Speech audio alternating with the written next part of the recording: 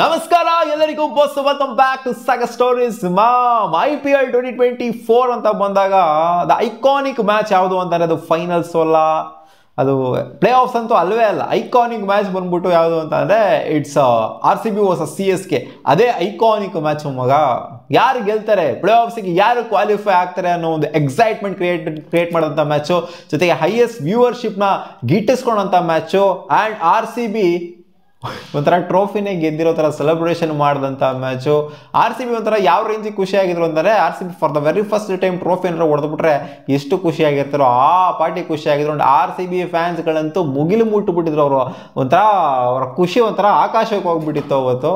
ಹೌದು, ನಾವು ಪ್ಲೇ ಆಫ್ಸಲ್ಲಿ ಏನೋ ಗೆಲ್ಲೋದಕ್ಕಾಗಲಿಲ್ಲ, ನಾವು ಕ್ಲಿಕ್ ಆಗಲಿಲ್ಲ ಪ್ಲೇ ಆಫ್ಸಲ್ಲಿ. ಬಟ್ ಪ್ಲೇ ಆಫ್ಸಿಗೆ ಕ್ವಾಲಿಫೈ ಆಗಿದ್ದೇನಿದೆ, ಸೊ ಅದೊಂಥರ ಚರಿತ್ರೆ ಬರ್ದಂಗೆ ಇತ್ತು. ಕಂಟಿನ್ಯೂಸ್ ಆಗಿ ಸ್ಟ್ರೀಕ್ ಹೊಡ್ಕೊಂಡು ಬಂದ್ಬಿಟ್ಟು ಎಲ್ಲ ಮ್ಯಾಚ್, ಅದು CSK ಮೇಲೆ ಲಾಸ್ಟ್ ಮ್ಯಾಚ್ ಅವ್ರಿಗೆ ಹೊಡೆದೆ, ಅವ್ರನ್ನ ಪ್ಲೇ ಆಫ್ಸಿಂದ ಈಚೆ ಹಾಕಿ ನಾವು ಕ್ವಾಲಿಫೈ ಆಗಿ ಏನೇನೋ ಆಗೋಯ್ತು ಅವತ್ತು ಸೀನು. ಆ ಸೆಲೆಬ್ರೇಷನ್ನೇ ಹೇಳುತ್ತೆ ನಾವು ಎಷ್ಟು ಖುಷಿಯಾಗಿದ್ವಿ RCB ಫ್ಯಾನ್ಸು.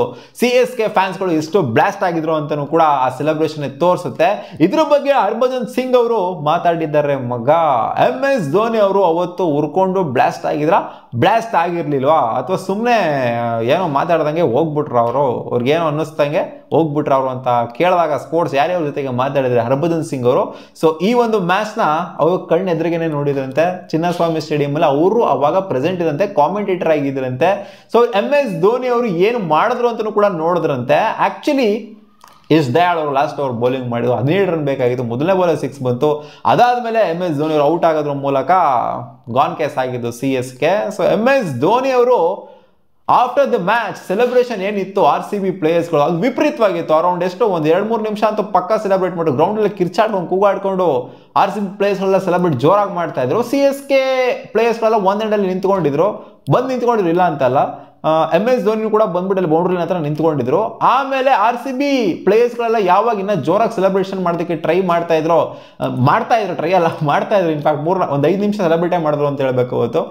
ಸೊ ಅವ್ರು ಬರಲಿಲ್ಲ, ಆದಷ್ಟು ಬೇಗ ಬರಲಿಲ್ಲ ಅವರು ಹ್ಯಾಂಡ್ ಶೇಕ್ ಮಾಡೋದಕ್ಕೆ. ಸೊ ಆ ಹ್ಯಾಂಡ್ ಶೇಕ್ ಬಗ್ಗೆ ಮಾತಾಡಿದ್ರೆ MS ಧೋನಿ ಅವರು ಮತ್ತೆ ಹೋಗ್ಬಿಟ್ರು ವಾಪಸ್ಸು, ಹ್ಯಾಂಡ್ ಶೇಕ್ ಮಾಡಲಿಲ್ಲ. ರೀಸನ್ ಏನು ಅಂತಂದ್ರೆ ಅವ್ರಿಗೆ ಸಿಕ್ಕಾಪಟ್ಟೆ ಬೇಜಾರಾಗಿತ್ತು. ಯಾವ ಥರ ಸೋತ್ವಿ ಅನ್ನೋದು ಬೇಜಾರಾಗಿತ್ತು ಅವರಿಗೆ. ಲಾಸ್ಟ್ ಸೀಸನ್ ಆಗಿತ್ತು, ಅವ್ರು ರಿಟೈರ್ಮೆಂಟ್ ಕೊಡುವಂಥ ಸೀಸನ್ ಆಗಿತ್ತು ಅವರಿಗೆ. ಸೊ ಇದನ್ನ ಗೆದ್ಬಿಟ್ಟು ಅವ್ರು ರಿಟೈರ್ಮೆಂಟ್ ಕೊಡಬೇಕಾಗಿತ್ತು. ಅಟ್ಲೀಸ್ಟ್ ಪ್ಲೇ ಆಫ್ಸ್ಗಾರು ಕ್ವಾಲಿಫೈ ಆಗ್ಬಿಟ್ಟು ಅವ್ರು ರಿಟೈರ್ಮೆಂಟ್ ಕೊಟ್ಟಿರೋರು ಏನೋ.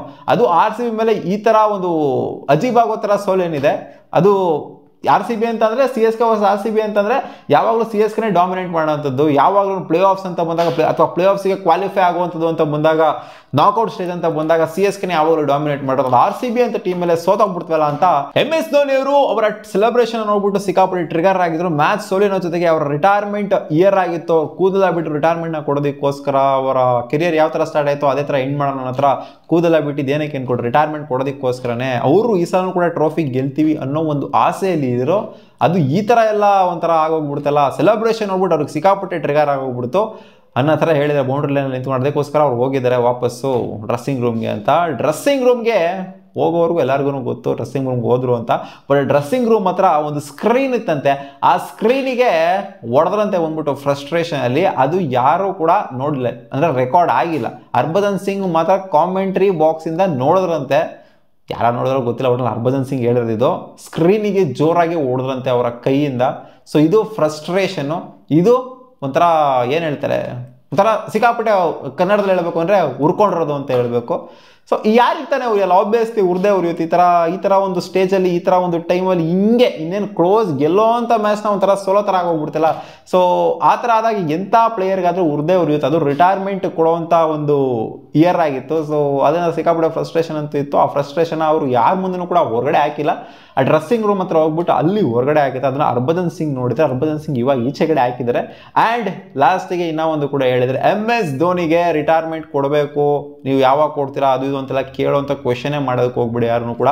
ಅದು ಅವರ ಪರ್ಸ್ಪೆಕ್ಟಿವು, ಅವರ ಓನ್ ಡಿಸಿಷನ್ ಆಗಿರುತ್ತೆ. ಅದು ಅವ್ರು ಯಾವಾಗ ಬೇಕಾದ್ರೂ ಕೊಡಲಿ, ಅವ್ರು ಇನ್ನೂ ಫಿಟ್ ಇದ್ರೆ ಅಂತಾನೆ ಇನ್ನೂ ಒಂದು 10 ವರ್ಷ ಆಡಲಿ, ಯಾಕೆ ಆಡಬಾರ್ದು ಅನ್ನೋ ಥರ ಒಂದು ಕ್ವಶನ್ನ ಕೇಳಿದ್ರೆ ಎಲ್ಲರೂ ರಿಟೈರ್ಮೆಂಟ್ ಬಗ್ಗೆ ಮಾತಾಡ್ತಿರ್ತಾರಲ್ಲ. ಸೊ ಅದಕ್ಕೋಸ್ಕರ ಅವ್ರನ್ನ ರಿಟೈರ್ ಆಗೋದಿಲ್ಲ. ಅವ್ರು ಇನ್ನೊಂದ್ಸಲಿ ನನ್ನ ಪ್ರಕಾರ ಟ್ರೋಫಿನ ಗೆಲ್ಸ್ಬಿಟ್ಟೇ ರಿಟೈರ್ ಆಗೋದು ಅನ್ನೋ ಥರ ಹರ್ಭಜನ್ ಸಿಂಗ್ ಅವ್ರು ಹೇಳಿದ್ರು. ಅಂದರೆ ನೆಕ್ಸ್ಟ್ ಸೀಸನ್ನು ಅವ್ರ ಕೈಲಿ ಆಗುತ್ತೋ ಆಗೋದೋ ಟ್ರೋಫಿ ಗೆಲ್ಸೋದಕ್ಕೆ, ಅದಂತೂ ಗೊತ್ತಿಲ್ಲ. ಸೊ ಒಂದು ವೇಳೆ ಏನೋ ಟ್ರೋಫಿ ಗೆಲ್ಸೋಕೆ ಆಗಿಲ್ಲ ಅಂದರೆ ಮತ್ತೊಂದು ಸೀಸನ್ ಆಡಿದ್ರು ಕೂಡ ಆಶ್ಚರ್ಯ ಪಡುವಂಥದ್ದು ಏನೂ ಇಲ್ಲ ಅಂತ ಹರ್ಭಜನ್ ಸಿಂಗ್ ಹೇಳಿದ್ದಾರೆ ಮಗ. ಸೊ ಈ ಒಂದು ಏನಾಯಿತು ಈ ಮ್ಯಾಚಲ್ಲಿ ಮೂಗಳು, ಸೊ ಇದೊಂಥರ ಐಕಾನಿಕ್ ಮ್ಯಾಚ್ ಇದೆಲ್ಲ ಮರೆಯೋದಕ್ಕಾಗೋದೇನೆ ಇಲ್ಲ. ಇವಾಗ ನೋಡಿ 2024 IPL ಅಲ್ಲಿ ಯಾವ ಮ್ಯಾಚ್ನ ಮರಿತೀವೋ ಮರೆಯಲ್ಲ ಗೊತ್ತಿಲ್ಲ. RCB ವರ್ಸಸ್ CSK ಅದು ಈ ತರ ಒಂದು ಸ್ಟ್ರೇಂಜ್ ಇವೆಂಟ್ಸ್ಗಳೆಲ್ಲ ಆದಂಥ ಮ್ಯಾಚ್ನ ಖಂಡಿತ ವರ್ಷಗಳಾದ್ರೂ ಕೂಡ ಮರೆಯೋಕ್ಕಾಗೋದಿಲ್ಲ. MS ಧೋನಿ ಅವರು ಈ ತರ ಹ್ಯಾಂಡ್ ಶೇಕ್ ಮಾಡ್ದಂಗೆ ಹೋಗಿದ್ರು, ಒಂಥರ ಫ್ರಸ್ಟ್ರೇಟ್ ಆಗ್ಬಿಟ್ಟು ಉರ್ಕೊಂಡೆ ಹೊರಟೋಗ್ಬಿಟ್ಟಿದ್ರು ಅಂತ.